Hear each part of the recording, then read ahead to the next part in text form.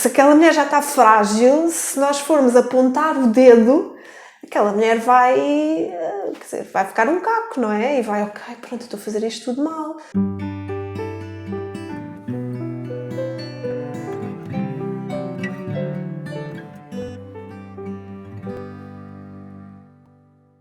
Olá, eu sou a Sofia, tenho 33 anos e sou mãe do Gustavo e do Bernardo.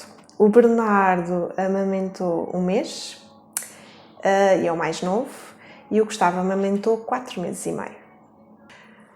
Principais desafios da amamentação do primeiro filho são muito extensos.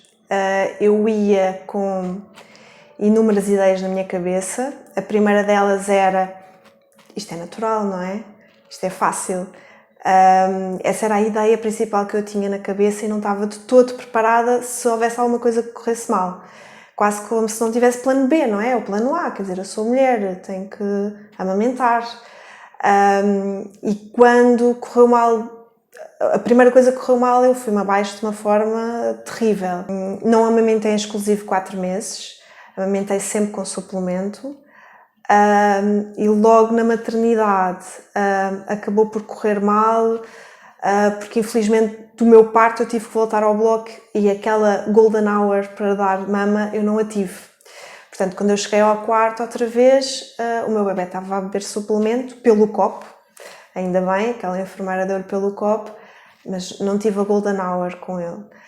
Depois a segunda coisa que correu mal, descida do leite, e eu não estava preparada para o que iria sentir da descida do leite. Uma dor tremenda, achava que estava a ter um ataque cardíaco, ataque de ansiedade mesmo, porque sentia um peso gigante no peito quase, e entrei em paranoia mesmo. Eu até então tinha muito colostro, bastante mesmo, ele só estava a amamentar, e a partir daí eu lembro-me, parece que foi um corte, sabes? Tipo, que alguma coisa cortou no meu corpo, foi uma coisa mesmo muito estranha. Enquanto o colostro era fluido e eu conseguia massajar a minha mama e automaticamente saía colostro, a seguir à descida do leite eu bloqueei de tal forma que não saía nada. Para teres uma ideia, eu metia a bomba e não saía nada. Eu quando digo nada era tipo nada, zero. Eu pensava, isto é impossível, então ele não come nada.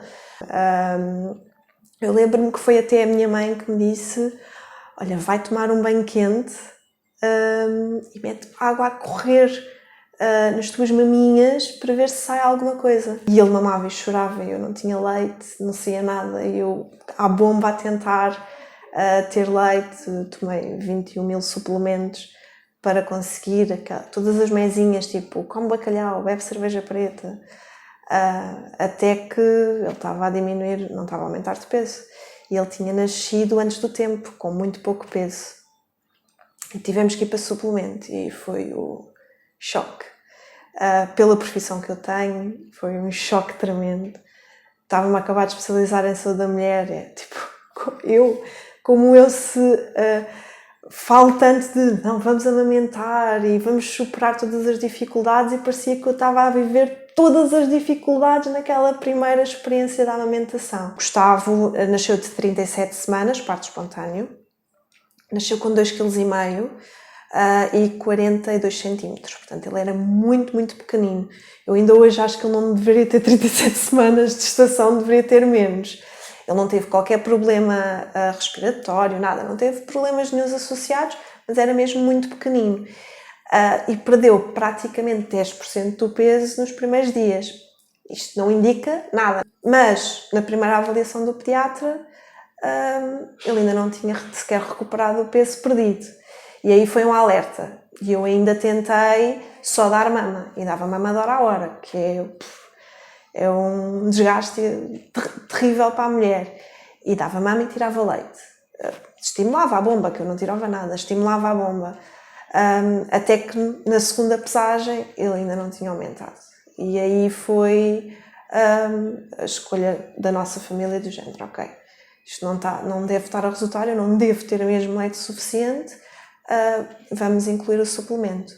E eu dava mama primeiro e o suplemento depois. Havia vezes que ele não bebia nada do suplemento e ficava satisfeito. E havia outras vezes que ele bebia o suplemento todo. Depois o que foi acontecendo foi, eu fui cada vez tendo menos leite. Nunca deixei de dar mama. Até aos 4 meses e meio, mais ou menos, foi quando ele fez a introdução alimentar. Claramente ele ia à mama por mim. Claramente. Mas eu não estava-me a borrifar. Aquilo, eu acho que era tão bom para ele como para mim, digo eu. Até que depois aí disse, não. Pronto, o meu segundo filho é uma história bem diferente. Então, o Bernardo. Ele nasceu e depois de ter nascido descobrimos que ele tinha uma bactéria, os streptococcus. Portanto, ele nasceu, estava tudo bem, teve ali um bocadinho atrapalhado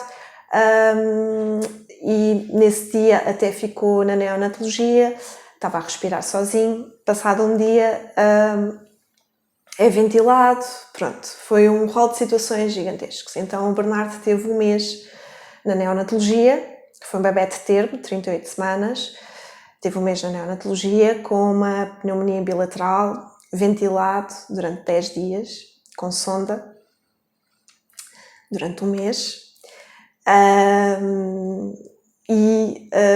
Portanto, ele não mamava, como é óbvio. Portanto, eu comecei a tirar à bomba, que é a coisa mais horrível que a mulher pode passar, porque eu comecei a tirar à bomba no quarto, sem o meu filho. Portanto, as primeiras vezes não saía nada e eu só chorava, porque naquela altura só chorava mesmo, até que depois comecei a tirar à bomba na neonatologia, a vê-lo, para ver se... é ocitocina, não é? Para ver se a hormona do amor entrava em ação. E eu tinha imenso colostro e imenso leite depois da descida do leite, que foi rápida, imenso leite.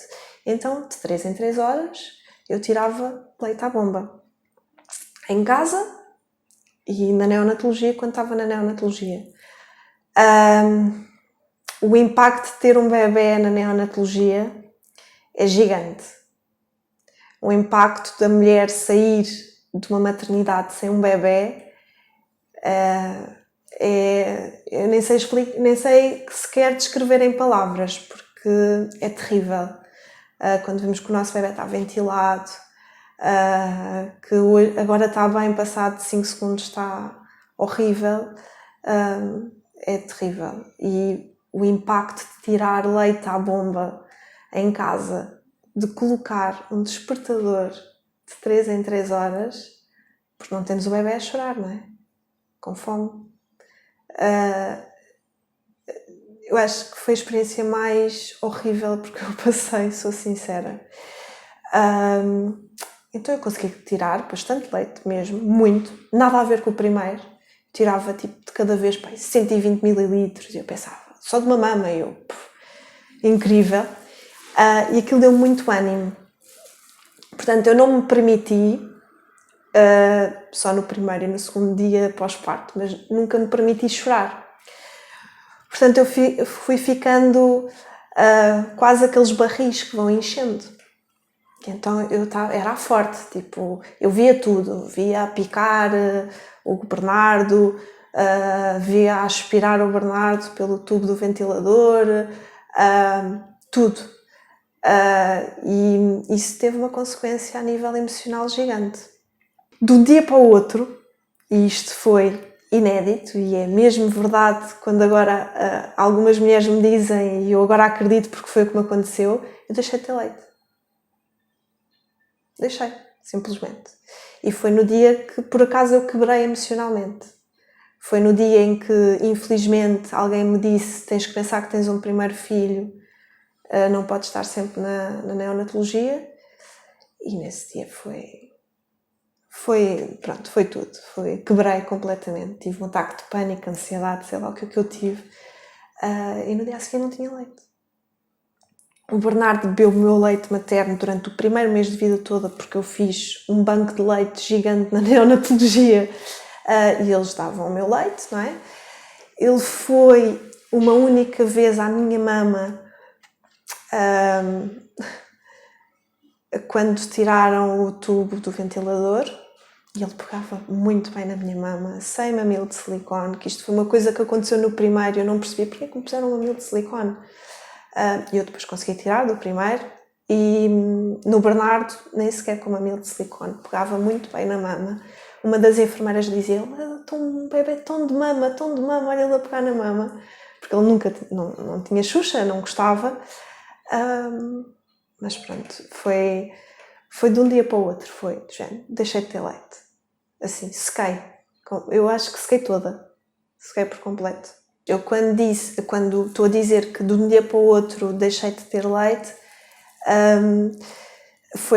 não quer dizer que eu deixei de produzir, nada a ver. O que quer dizer é que eu deixei de ter a capacidade de injetar o leite mesmo. Ou seja, eu metia a bomba para tirar o leite, porque só assim é que conseguia dar o meu leite ao Bernardo, mas não saía nada, zero. As minhas maminhas ficaram duras e o que eu fiz na altura foi massagem e extração de leite de 2 em 2 horas. Portanto, eu diminuía ainda o tempo para quase como a estimular. Eu estava sempre a estimular, tinha vídeos do Bernardo no telefone. Isto passou-se durante dias, não foi do género, quando digo de um dia para o outro, eu, no segundo dia, pronto, ok, já não vou fazer não. Durante uma semana ou 2, eu continuei a fazer extração à bomba, para tentar, não é? Ver vídeos do Bernardo em casa, não é? À noite ele não está comigo, está na neonatologia, como é óbvio, eu via vídeos do Bernardo e punha a bomba e estava ali imenso tempo e massajava e não saía nada, zero, não saía nem uma pinga. Eu já, isto é impossível, como é que de um momento para o outro eu deixei de ter leite, isto não pode acontecer. E tirava de uma e tirava de outra e não saía nada. E tentei durante 2 semanas. Eu entrei na neonatologia naquele dia, tipo, completamente desvairada, porque eu estava a dizer, eu não estou a conseguir tirar leite. Desde ontem à noite que eu não tenho leite, não consigo extrair. E então as enfermeiras tentaram-me fazer a massagem manual com a bomba. Ou seja, eu tinha o coletor e elas estavam a massajar sem o coletor fazer nada e estavam a ver se saía alguma coisa. Depois com a bomba a funcionar e faziam massagem a ver se saía alguma coisa, tanto num lado como do outro. E eu fui fazendo em casa também, ou seja, quase como... Porque eu sentia mesmo a mama muito dura, principalmente mais uma do que outra. E eu pensei, ok, isto deve ser alguma coisa que está aqui quase a bloquear, só pode, não é? Então eu fazia muita massagem para ver se saía alguma coisa. Tirar só a bomba é horrível. É horrível. Porque a sucção não tem nada a ver. É uma sucção mecânica. Dói horrores. Porque eu nem falo só da parte emocional, não é? A parte mesmo física. Os meus mamilos ficaram terríveis. Eu tinha que automaticamente colocar ou o meu leite materno no mamilo, mas muitas das vezes tinha que pôr uma camada de hidratante gigante porque eu nem sequer aguentava o sutiã. Eu não aguentava, sabes, aquelas camisolas, aquelas t-shirts que podem estar um bocadinho mais duras. Eu não aguentava no mamilo. Aquilo doía-me terrivelmente. Ninguém me podia tocar nas maminhas porque realmente doía-me bastante. Aquela extração mecânica dá cabo de qualquer pessoa. A minha primeira experiência na amamentação, eu acho que foi resultado de várias circunstâncias, mesmo. Ou seja, houve uma diminuição, sim, de facto, do meu leite materno, mas pensando em retrospectiva, não é? E é engraçado que isto parece quase catártico, porque uma pessoa depois pensa em retrospectiva aqui enquanto estamos a falar. Pensando em retrospectiva, eu não deveria ter tido tanto leite então do segundo, não é? Não deveria ter sido sequer capaz de tirar uma pinga do segundo. Pensando só na parte emocional e da ocitocina, e que a ocitocina é tão importante. Porque o segundo sim foi uma experiência terrível enquanto mãe, não é? Enquanto mãe, e não estou só a falar aqui a mãe, mas enquanto pai também. Da primeira, eu acho que fui sabotada por vários profissionais de saúde e acho, isto é muito difícil de dizer, mas eu acho que temos que ser sinceros, eu acho que me sabotei a mim própria. não é? Porque claramente estavam-me a dizer tu não consegues. Então, se eu não consigo, para que é que eu vou tentar, não é? Tu não consegues, tu não tens leite suficiente, ele não está a aumentar de peso, temos que ir para isto, ele não está a fazer xixi suficiente, ele não está não sei o quê. Eu perdi imensas coisas logo na Golden Hour, como eu falei, na primeira hora, e claramente a enfermeira estava a dar um suplemento ao meu filho quando eu cheguei ao quarto. Isso foi logo a primeira sabotagem. Se ele poderia ter ido comigo, poderia, porque eu estava deitada, ele poderia claramente estar ao meu colo, à minha mama, enquanto me estavam a cozer, porque não era uma coisa que eu estava anestesiada a dormir, estava com a epidural. E depois, ao longo do meu percurso, na primeira amamentação, sabotei-me logo a mim própria na descida do leite, que foi a segunda vez, não é? Que era uma segunda vez a dizer tu não consegues. E aí, claramente, depois foi a descida. Porque depois tudo à volta me dizia tu tens de dar suplemento porque, coitadinho, o bebê está cheio de fome, o bebê está a chorar, não é? E ouvir isto tantas vezes, não é? Eu estou a meter o meu filho a passar fome, quer dizer, isto não faz sentido. Portanto, respondendo à pergunta de uma forma sincera, fui sabotada sim, mas também me sabotei a mim própria. Porque claramente estavam-me sempre a dizer tu não vais conseguir, então se eu não vou conseguir, mais vale dar o biberon e acabou. A grande diferença do primeiro pós-parto para o segundo e da primeira experiência da amamentação foi eu claramente não ter procurado ajuda no primeiro pós-parto. Ajuda de uma enfermeira, de uma cama, seja do que for. Mesmo. E foi de eu achar, sendo profissional de saúde, sendo fisioterapeuta, eu tenho que resolver. Foi muito difícil falar isto com profissionais de saúde por eu ser uma profissional de saúde. E eu acho que isto muitas mulheres me dizem quando são enfermeiras, fisioterapeutas, seja o que for, os profissionais de saúde tendem a não ver a mãe que está do outro lado, veem a colega. É já, mas como assim? Mas faz assim, não estás a fazer isso? Mas porquê? E não nos ouvem enquanto mães, enquanto mulheres. Isso foi muito difícil mesmo. O não conseguir procurar ajuda ou o tentar procurar ajuda, mas que vergonha, sabes? Foi mesmo uma sensação terrível, porque é que vergonha, tipo, eu sou fisioterapeuta, trato mulheres, trato grávidas e agora eu não consigo amamentar. A sensação de fracasso enquanto mulher foi enorme, enorme mesmo. E o ouvir das palavras do pediatra, vamos ter que passar para suplemento, foi horrível. Foi muito horrível, porque é aquela sensação de eu não conseguir alimentar o meu filho. Eu sinto uma culpa gigante, porque penso vezes sem conta de será que eu deveria ter ido não sei onde, será que eu deveria ter feito aquilo, será que é o se. Depois eu acabei por relativizar as coisas e dizer, não, mas o meu bebê está bem, ou ele agora está a engordar e está tudo bem. E isso às vezes também não é bom nós não deitarmos cá para fora, não é? Aquele fracasso quase que sentimos enquanto mulheres. E eu senti muito isso, sim. E senti muito que não sabia a quem procurar ajuda. Isto é tão estúpido dizer, mas é mesmo tipo, a quem é que eu procuro ajuda?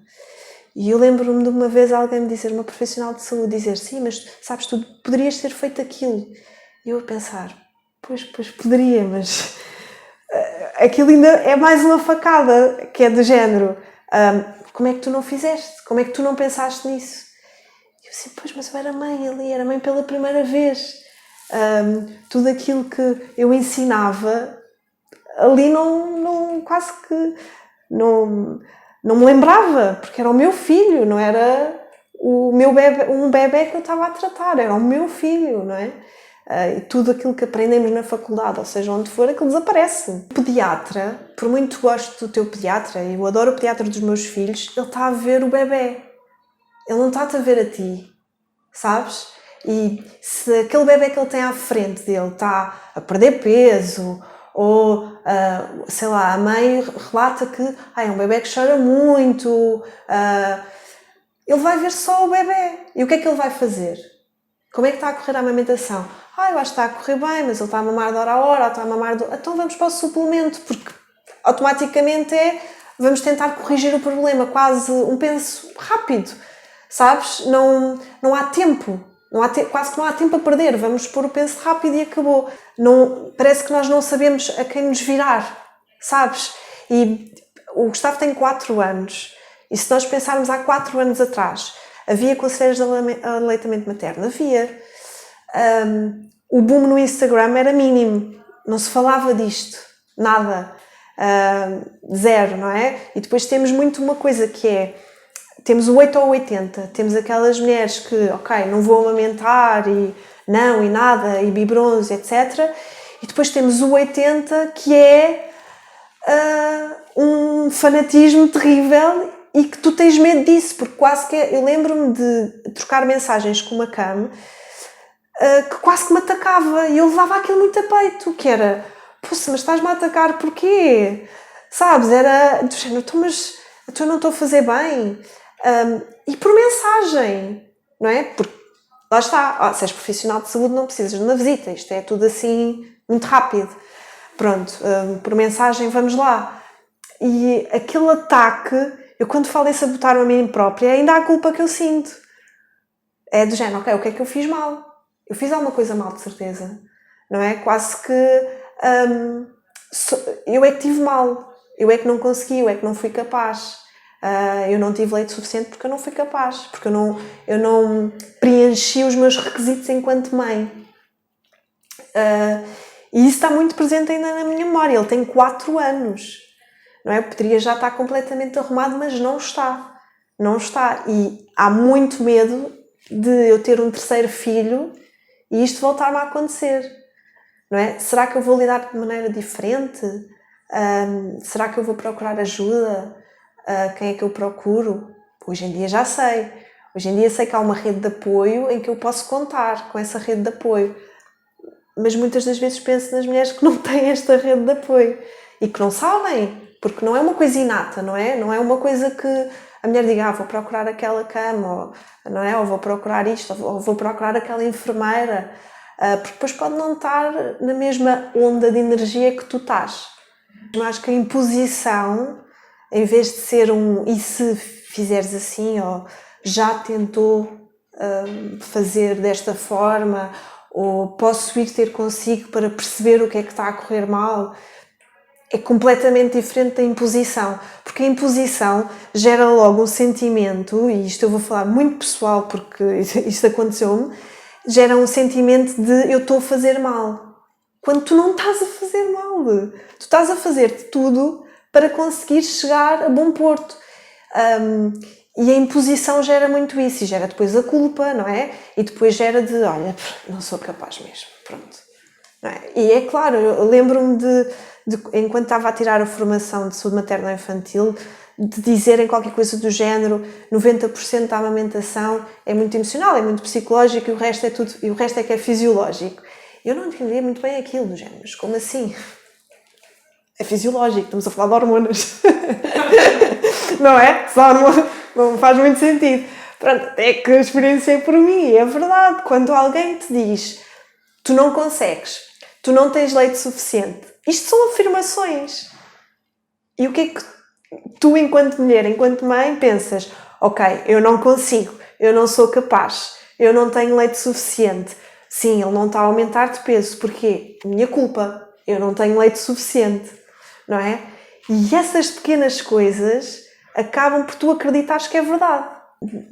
Na primeira experiência da amamentação, eu precisava de alguém que me dissesse, estás a fazer tudo bem. Está tudo bem.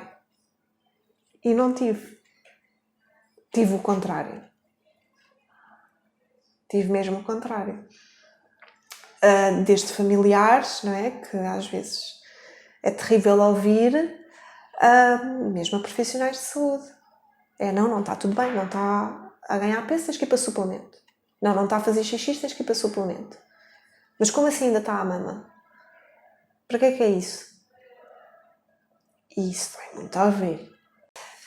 O primeiro filho transporta-nos para uma transformação gigante enquanto mulher. E do primeiro, depois do segundo também, mas do primeiro bastante.